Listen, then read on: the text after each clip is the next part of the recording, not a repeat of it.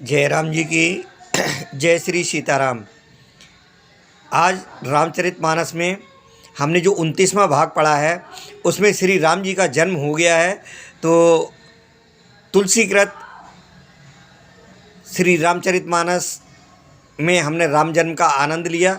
अब आनंद लेते हैं राधे श्याम रामायण, जो काफ़ी सुविख्यात रामायण है।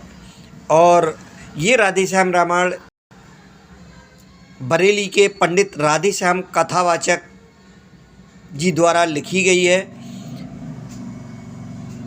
उसी को मधुर ध्वनि में, संगीत में, धुन के साथ सुनते हैं। जो आगे का प्रसंग है, ये राजा दशरथ जी के पास सब कुछ होता है, धन धान्य होता है, सब कुछ होता है, और संतान नहीं होती है। तो उन्होंने कोई वैसे भी संतान नहीं ली थी, जो दत्तक पुत्र वगैरह होते हैं वो भी उन्होंने उस तरीके से कोई संतान नहीं थी। तो बस इससे आगे का सुनते हैं। 10 दिशाओं में जिनका रथ दौड़ता था, लेकिन भगवान ने एक पुत्र नहीं दिया था। तो सब था राजा के पुत्र ना, दत्तक भी कोई लिया न था, दत्तक भी कोई लिया न था, दत्तक भी कोई लिया न था। विधना ने बेटा दिया न था, घर तो था घर का दिया न था, करता तो कोई दिया न था।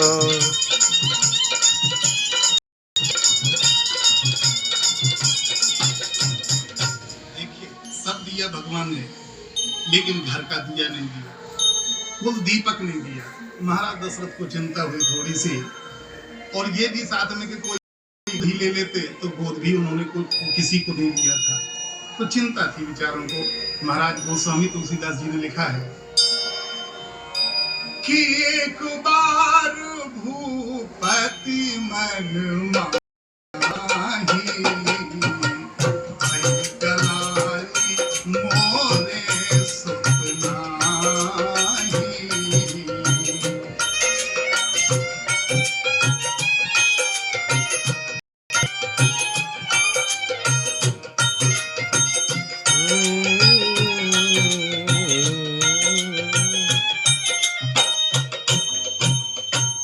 जब ये चिंता सताने लगी,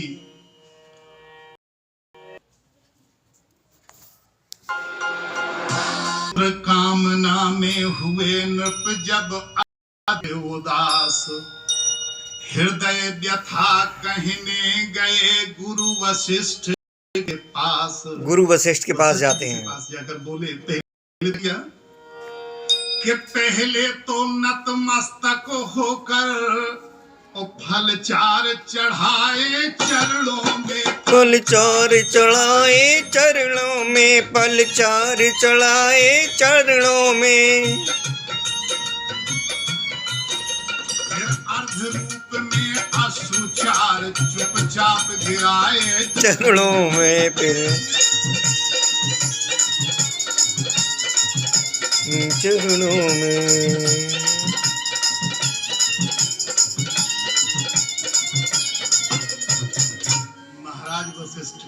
से कहते हैं, दशरथ जी कहते हैं कि हे प्रभु, बोले कर चुका विवाह 3, फिर भी फल उसका मिला नहीं, है चौथापन आने वाला, हृदय कमल अभी तक खिला नहीं। वशिष्ठ जी बोले क्या चाहते हैं? महाराज दशरथ कहते हैं, महाराज क्या जाने कैसा है भविष्य, जो अब तक प्रभु अंधेरा है, जो अब तक प्रभु अंधेरा है, अंधेरा है, प्रभु अंधेरा है। मैं निर्बल होता जाता हूँ, उस प्रबल दुख ने घेरा, मैं निर्बल होता जाता हूँ, उस प्रबल दुख ने घेरा है, घेरा है। ऐसा तरुवर क्या तरुवर है। हे प्रभु, वशिष्ठ जी से कहते हैं कि गुरुदेव, ऐसा पेड़ भी क्या कोई पेड़ होता है जिसमें कोई फल ना हो। ऐसा तरुवर क्या तरुवर है, फल ही जिसमें उत्पन्न न हो। वह जलधर भी क्या जलधर है, जल ही से जो संपन्न न हो। वो तालाब किस काम का जिस तालाब में पानी ही ना हो प्रभु। वशिष्ठ जी बोले तुम पूरी बात कहो कि चाहते क्या हो। कहते हैं कि गुरुदेव उपाय यही अब हो, यह चित्त प्रफुल्लित हो जाए और आंखों में भी आए प्रकाश, आत्मा आनंदित हो जाए। अच्छा, कम से कम एक पुत्र ही हो जिसमें रघुवंश बढ़े अपना, और पितरों को भी तर्पण पहुंचे, आगे को नाम चले अपना। वशिष्ठ जी ने देखा कि महाराज दशरथ ज्यादा विकल हो रहे हैं, ज्यादा अधीर हो रहे हैं। कहते हैं कि दशरथ जी देख शिष्य की विकलता, बोले श्री गुरुराज, ज्ञानवान नरनाथ में इतनी चिंता आज। आज इतनी चिंता हो गई। अरे चिंता तो बहुत बुरी चीज है महाराज जी, चिंता क्यों करते हैं आप दशरथ। लेकिन चौथापन बुढ़ापा आ गया। कुछ भी हो, जैसे भी उपाय हो, मेरा वंश चल जाए। 3 रानियां थी। अच्छी बात कही वशिष्ठ जी ने। वशिष्ठ जी कहते हैं कि हो जाए कुपुत्र कहीं तो वह ग्रह को शमशान बनाता है, ग्रह को शमशान बनाता है। ग्रह को शमशान बनाता है। राजन व्यर्थ ये है विचार, बेटा कब वंश चलाता है, बेटा कब वंश चलाता है।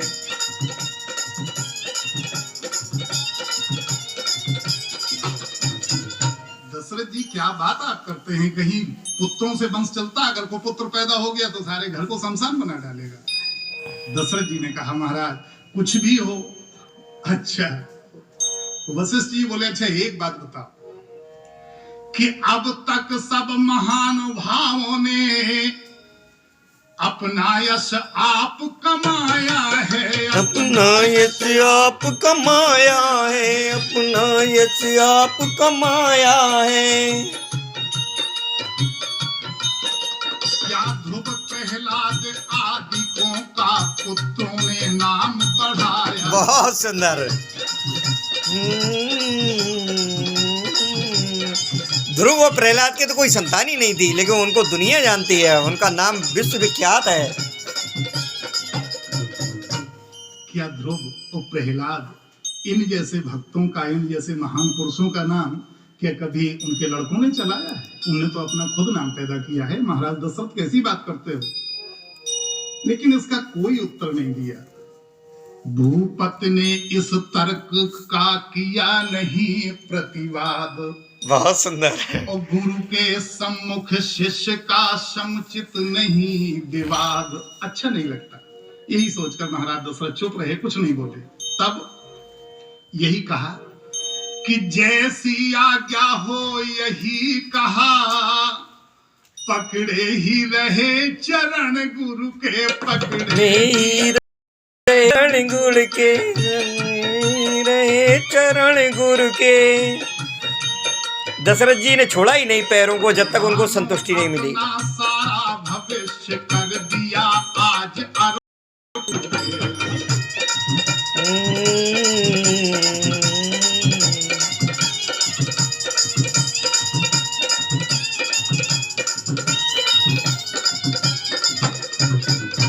गुरु तब ये शब्द कहे, अच्छा यह दुख अब दमन कर दो। इच्छा है अगर पुत्र ही की तो थोड़ा परिवर्तन कर दो। महाराज दशरथ ने कहा प्रभु कहिए क्या परिवर्तन करना क्या है? परिवर्तन करना है? वशिष्ठ जी बोले एक काम करो कि ही की पुत्रेष्टि यज्ञ संविधान करो, बेटियों सम्मान करो।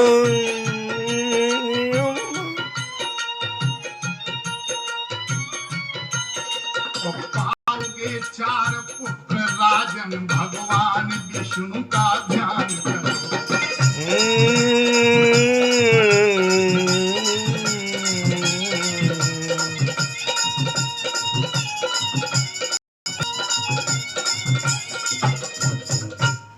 महाराज दशरथ ने कहा ठीक है, जो आज्ञा महाराज गुरुदेव वो सर पे है, आगे आदेश करिए।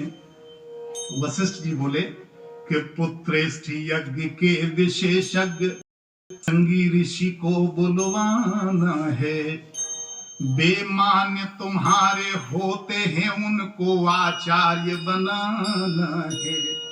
कहा श्रृंगी ऋषि को बुलवाओ और वो तुम्हारे मान्य होते हैं, वही आदि करेंगे और ये यज्ञ वही करवाएंगे, पुत्रेष्टि यज्ञ। ठीक है, जिसकी जिसमें निपुणता थी वो वही कार्य करता था। सुन मुदित उठे महिपाल, आज्ञा यज्ञ प्रबंध की आकर दी तत्काल। श्रृंगी ऋषि आए यथा समय, सानंद वर्ण स्वीकार किया, सानंद वर्ण स्वीकार किया, सानंद वर्ण स्वीकार किया। मानो अथर्व ने हो सदेह आरंभ यज्ञ उपचार किया।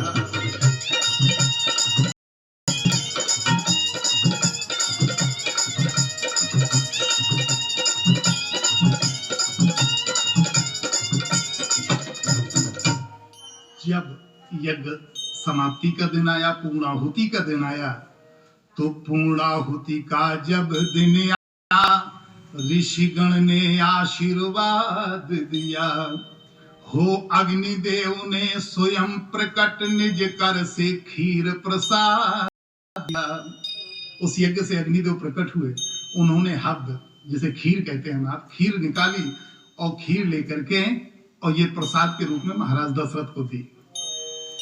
बोले मेरे द्वारा पायस, बोले मेरे द्वारा पायस चतुरानन ने भिजवाया है, चतुरानन ने भिजवाया है, चतुरानन ने भिजवाया है। यज्ञेश्वर विष्णु चतुर्भुज का प्रस्थान रूप यह आया है। जय हो।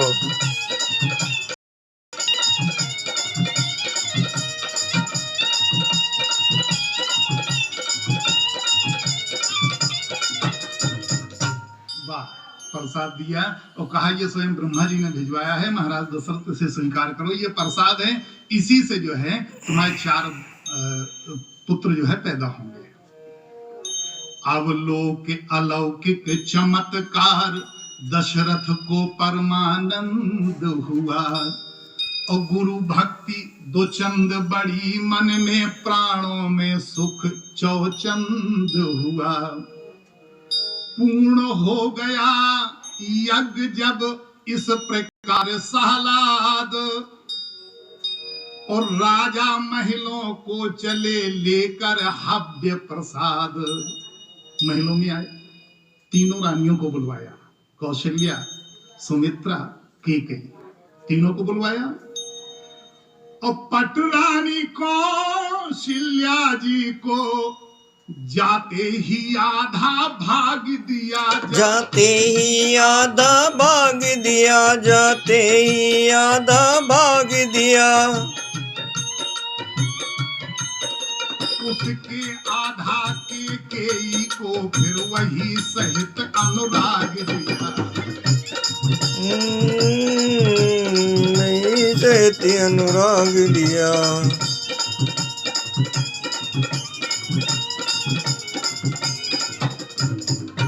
आधा भाग किया, कौशल्या को दे दिया, और फिर जो आधा बचा उसका आधा किया, और केकई को दे दिया, सुमित्रा रहेगी।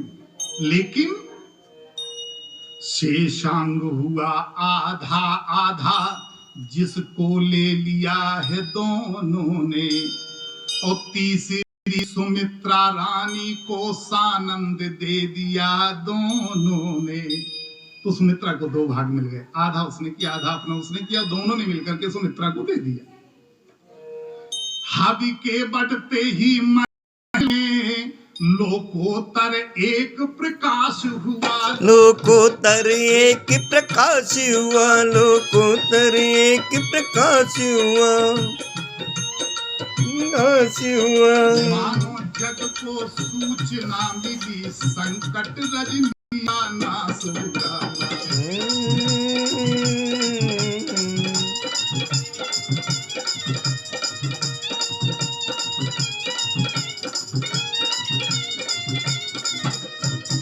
प्रकटा वह तेज रानियों में, जो नेत्र ज्योति का दाता है।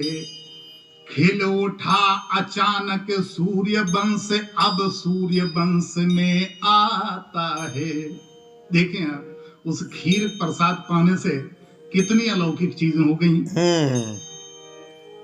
इसी तरह आनंद में बीत गए 9 मास, विश्व बंध अवतार का समय आ गया पास।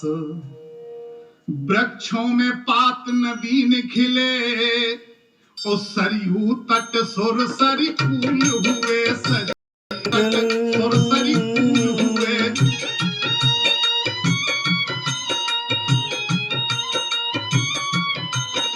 बागों में कलियों के गुच्छे खिल उठे, फूल कर फूल। बहुत सुंदर भैया, बहुत सुंदर।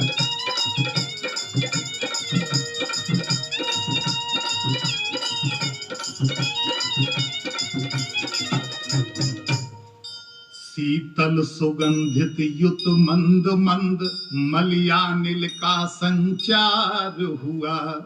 त्रिभुवन पति के स्वागत को जग ऋतुपति होकर तैयार हुआ।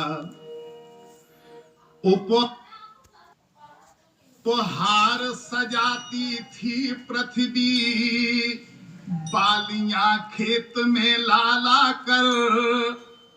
ग्रह चक्र अवध पे बारी था, लंका पर चक्कर खा खा कर।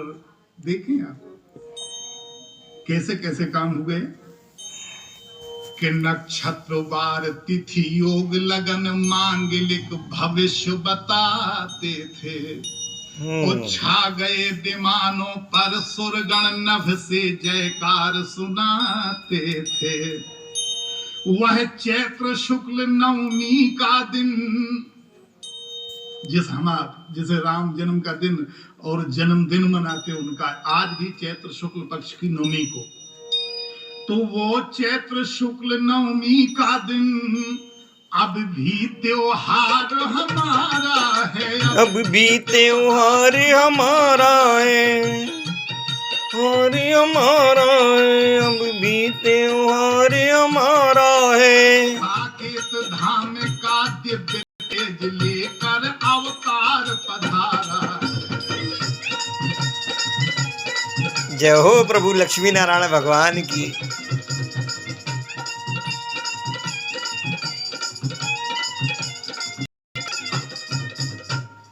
मंडलेश्वर योग था अभिजित समय ललाम, कौशल्या के धाम में प्रगटे शोभा धाम। भगवान राम प्रकट हो गए। दुनिया ये कहती है कि पैदा हुए, और मैं भी कहता हूँ कि पैदा हुए, लेकिन तुलसीदास जी ने ये नहीं लिखा। उन्होंने बिल्कुल सीधे शब्दों में लिखा है, भाई प्रकट कृपाला दीन दयाला, कौशल्या हितकारी। तो जब प्रकट हुए ऐसी महान विभूति, ऐसे महान पुरुष, ऐसी महान आत्माएं जब इस धरती पर जन्म लेती हैं, तो ये तो निश्चित है कि ये पूरी स्थिति आप जो रामचरित आज भाग 29 पढ़ा है उसमें सुन सकते हैं। जन्म के समय यही खुशखबरियां, यही सब होता है। देखें आप, बोले सियावर रामचंद्र भगवान की जय। के भी हुआ उत्पन्न और गोद सुमित्रा की हुई 2 सुत से संपन्न। एक केकई के, एक कौशल्या के और 2 सुमित्रा के, 4 पुत्र पैदा हुए। चमके जब घर में 4 चंद्र, चौगुना हर्ष आनंद हुआ। चौथे पन में 4 सुत पर राजा को परमानंद हुआ। परमानंद की प्राप्ति हुई महाराज दशरथ को। घर द्वार न था ऐसा कोई जिसमें उस दिन त्योहार न हो, उस दिन त्योहार न हो, जिसमें उस दिन त्योहार न हो। पूरी अयोध्यापुरी ने घर घर में अपना पकवान बनाए, कोई जिसमें उस दिन त्योहार न हो, जिसमें उस दिन त्योहार न हो। एक उत्सव के रूप में मनाया पूरी अयोध्या वासियों ने। बढ़ता विलोक कर सूर्य वंश, भगवान सूर्य भी मुदित हुए। हो गया महीने भर का दिन, इस भांति दिवाकर चकित हुए। महाराज तुलसीदास जी ने रामचरितमानस में लिखा है, बहुत सुंदर शब्द, बहुत सुंदर। कि मास दिवस का दिवस भामरम न जाने कोय, और रथ समेत रवि थाक यो निशा कवन विधि होय। कैसे रात्रि हो, 1 महीने के लिए सूरज रुक गए, क्योंकि उनका वंश सूर्य वंश है। उस सूर्य वंश का बढ़ता देख करके, बढ़ावा देख करके महाराज सूर्य भी रथ समेत थक करके रुक गए दर्शन करने के लिए।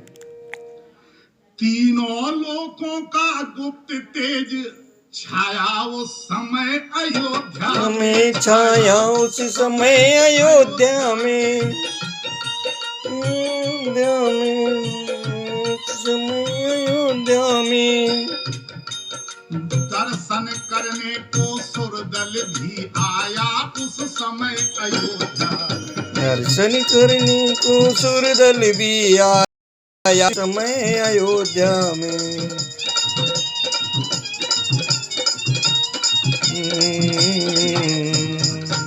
ब्रह्मा आनंद देखने को तब ब्रह्म भाट हुए। ब्रह्मा जी भाट बनकर वृंदावली गाने को आ गए महाराज दशरथ के दरवाजे।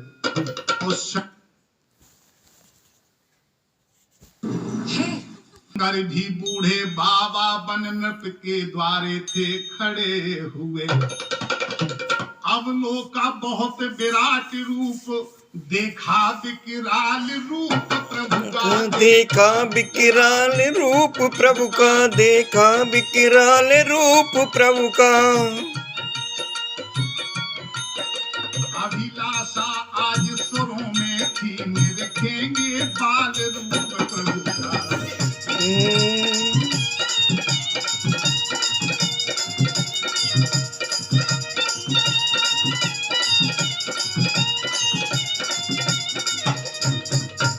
किया नृपति ने जिस समय जात कर्म संस्कार, वेदों ने तब सूत बन कियों जय जयकार।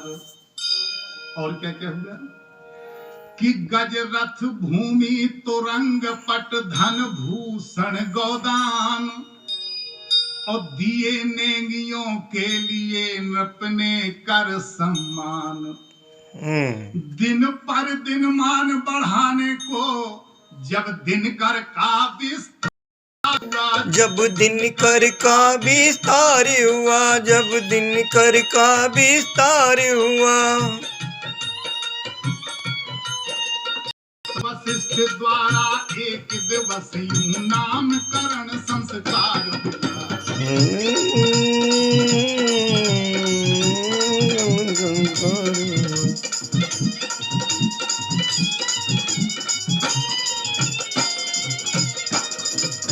ग्रह काल योग तिथि जन्म लगन सब मैंने बात विचारी है। वशिष्ठ जी ने एक दिन शुभ लगन नक्षत्र मुहूर्त देख करके 4 पुत्रों का नामकरण संस्कार किया। और बोले कि ग्रह काल योग तिथि जन्म लग्न सब मैंने बात विचारी है। इनके प्रिय नाम अनंत नृपत ये सुत तेरे अवतारी है।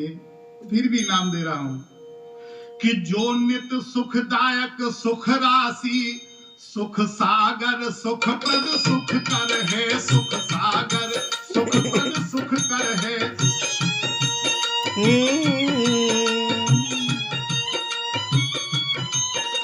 उस कौशल्या के नंदन का श्री राम नाम ही सुंदर है। राम के लिए कितनी उपमाएं दी हैं। जय हो रकुल नंदन प्रभु श्री राम। उसका नाम जो कौशल्या का सुत है उनका नाम राम है। और फिर कहे विश्वभरण रखता हूं भरत नाम उसका।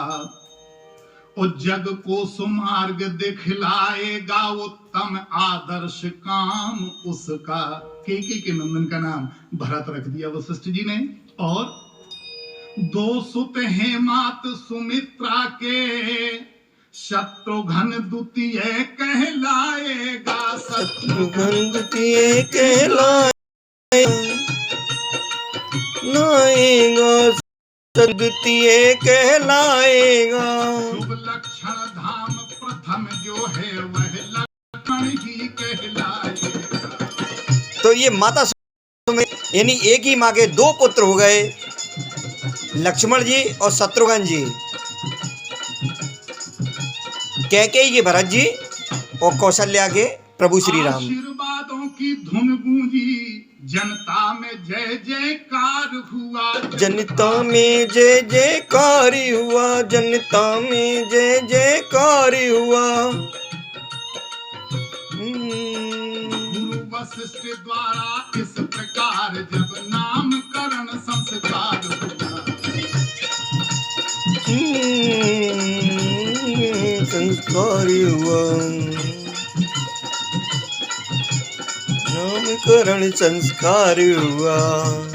उस समय शारदा देवी भी सुख से फूली न समाती थी। जय हो। जिस समय रिचाए नारी बन प्रभु को पालना झुला। बहुत सुंदर प्रसंग है। सुरगण ने प्रभु हे को प्रभु। देख देख विकसित निज निज मन कमल किया। विकसित निज निज मन कमल किया। विकसित निज निज मन कमल किया। शिव ने भी बाल रूप लख कर जीवन को अपने सफल किया।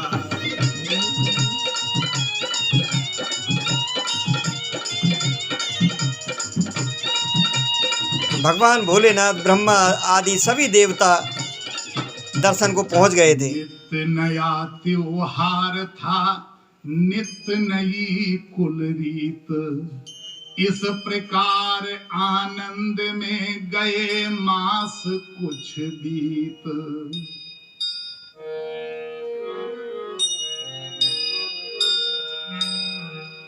लड़ा ही से लक्ष्मण का रघुवर से प्रेम अपार हुआ।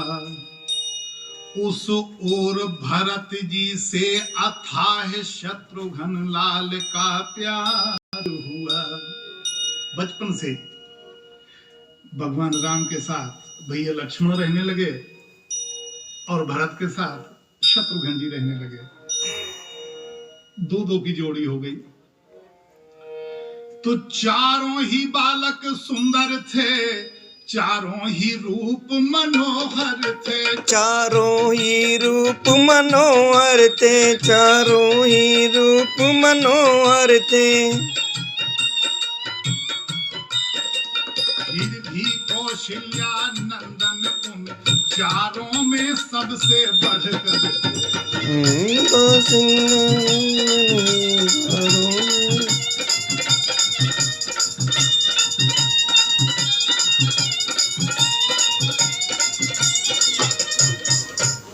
जब चारों भाई खूबसूरत थे, चारों सुंदर थे, चारों मनोहर थे, सलोने थे, लेकिन उनमें भी भगवान राम की छवि अलग ही थी।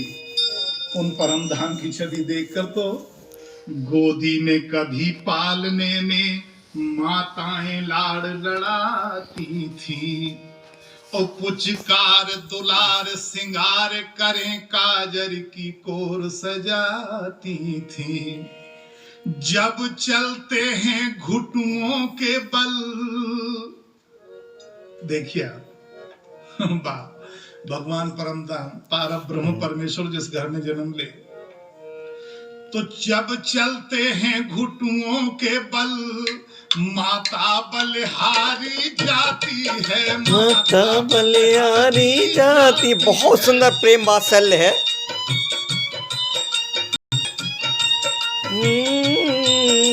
लाला संध्या को सोते हैं तो नजर उतारी जाती है, को सोते हैं तो नजर उतारी जाती है, सोते हैं तो नजर उतारी जाती है। चारों भाइयों की नजरें शाम को उतारी जाती हैं। ये माँ का बड़ा प्यार होता है। और माँ कौशल्या जैसी महतारी उंगली के बल जब खड़े हुए तो करते हैं किलोल चारों, पग से चलते हैं ठुमक ठुमक, मुख से तोतले बोल चारों। चंदा को कभी मांगते हैं, चंदा को कभी मांगते हैं, परछाई कभी पकड़ते हैं, परछाई कभी पकड़ते हैं।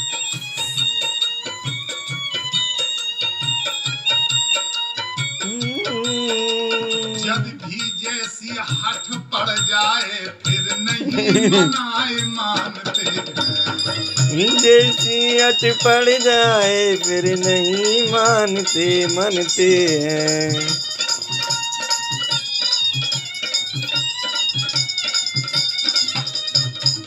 इस प्रकार से दिन प्रतिदिन बढ़ने लगे चारों राजकुमार, पुर नारी शोभा ने रख होती थी बलिहार। गांव के स्त्री पुरुष जो भी देखते थे, अयोध्या के लोग जब वो बच्चे खेलते थे बाहर, तो जो भी देखते थे कहते थे वाह। कहती थी सब परस देखो इनके रूप, नख सिख सुंदरता भरे कैसे सुघड़ अनूप, तलवे उंगली एड़ी रेखा। देखिए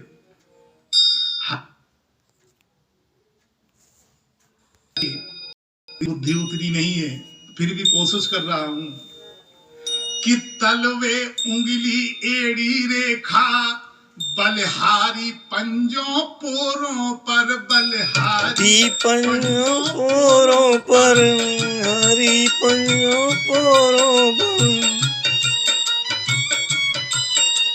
तारे से उजियारे प्यारे नख तो निरखोचित चोरों पर।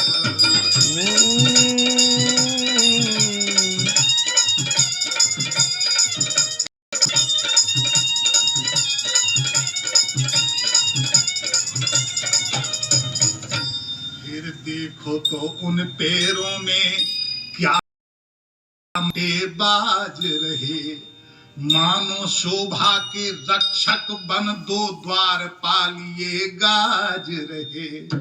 हुक्माएं देखें आप, उर उदर नाभि तक मणिमाल, कुंडली मार चौकोर हुई, मानो लक्ष्मी की पूजा में दीपावली चारों ओर हुई।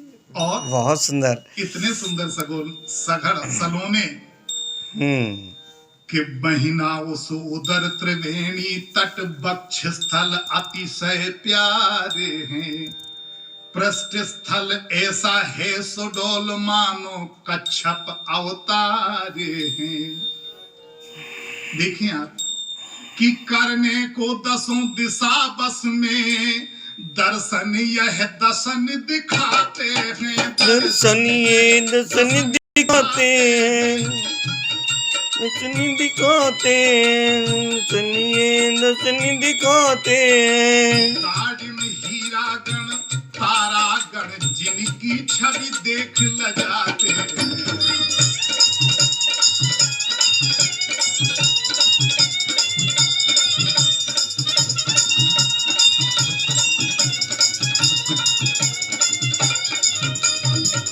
रसना रमणीय रुचे राजे रस भरी रसीले रसकों की। बहुत सुंदर वाणी उपमाएं से हैं। वर्णन हो न सके मधुराई वो है बचनों की। इतने मीठे बोल, इतने प्यारे बोल कि वाणी वर्णन नहीं कर सकती कि वो कितने मीठे बोल थे। शारदा भी उस समय थकित हो जाती है जय हो। कि अनमोल मेरे- गोल सुंदर कपोल नीकी नासिका बालकों की, नीकी नासिका बालिकों की।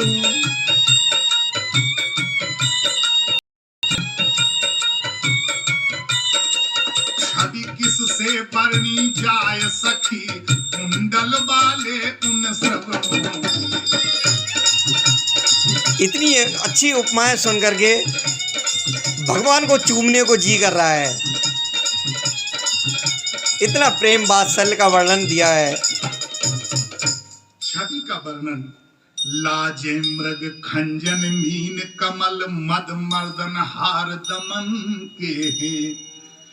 लज्जा लाली लावण्य लिए लोने लोचन लालन के हैं। लालन के हैं। वाह। बड़ भागी भाल विशाल सखी और भूपति के चिन्ह बताता है। भूपति के चिन्ह बताता है, भूपति के चिन्ह बताता है। चंदन जगबंदन नंदन का मर्यादा धर्म दिखाता है।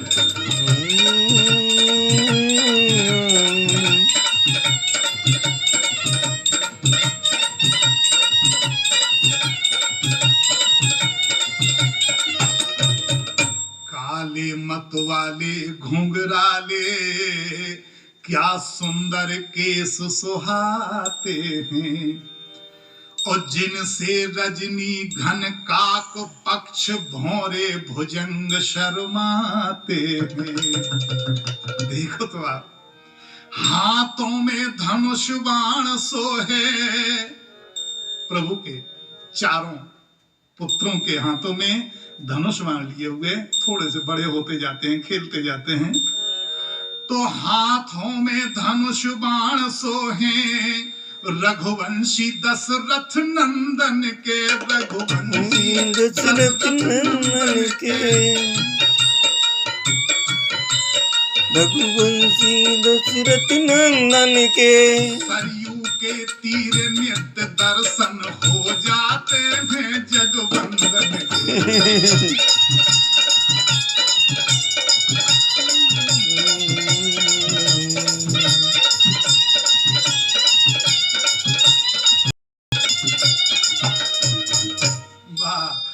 धन्य भाग है उन माताओं के। सखियां सब कहती हैं, जो भी पूर्ववासी ने देखते हैं, अयोध्यावासी, वो कहते हैं कि देखो तो सखी, एक दूसरे से कहती हैं कि सखी बड़ भागिन बे माताएं हैं ये लाल जिन्होंने जाए हैं।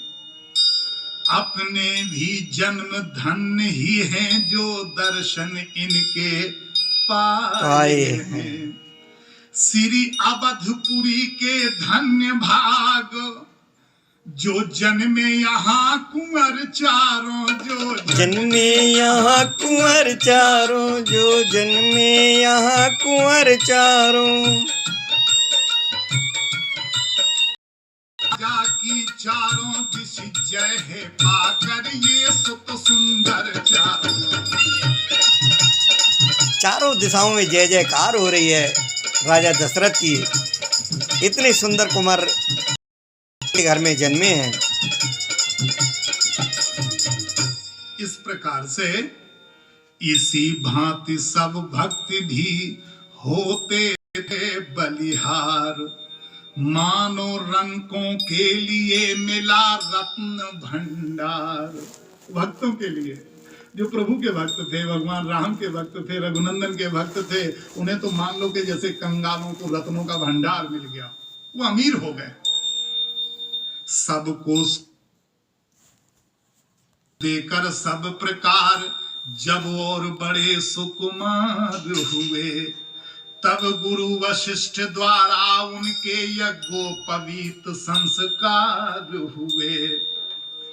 अब नियम पूर्वक अग्निहोत्र, फिर संध्योपासन होता था, फिर संध्योपासन होता था। यज्ञोपवीत मतलब जनेऊ हो गया, उनका जनेऊ हो रहा है, थोड़े से बड़े हो गए। वशिष्ठ का था जिसमें विद्यार्जन होता था। उनका जो विद्या अध्ययन हो रहा है वो गुरु वशिष्ठ के यहाँ हो रहा है।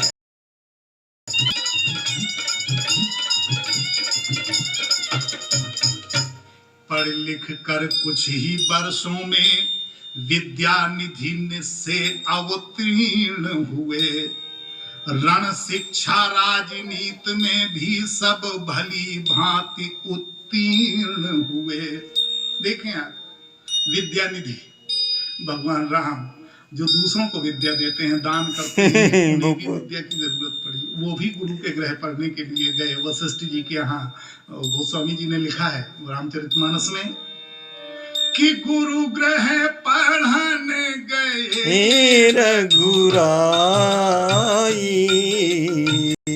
अंतकाल विद्या सब पाई।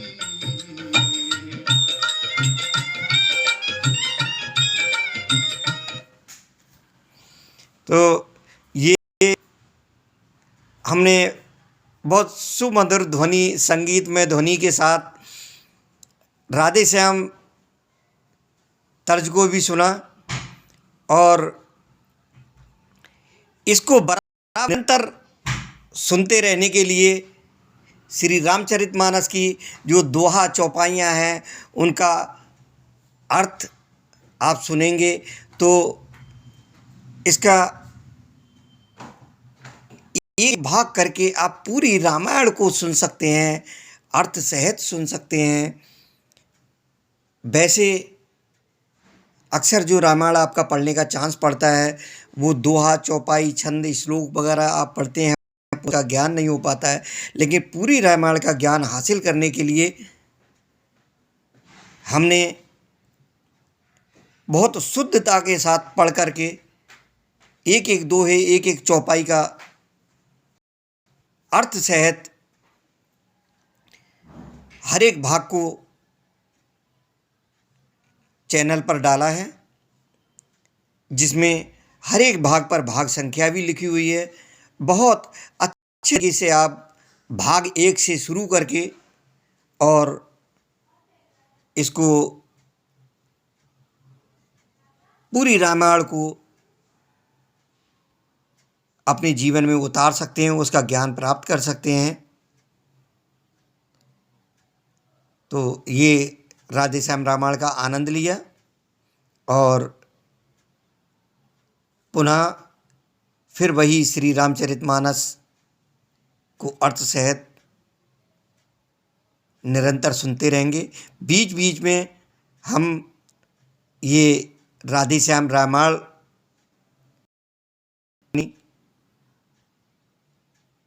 सुमधुर संगीत के साथ भी सुनवाते रहेंगे।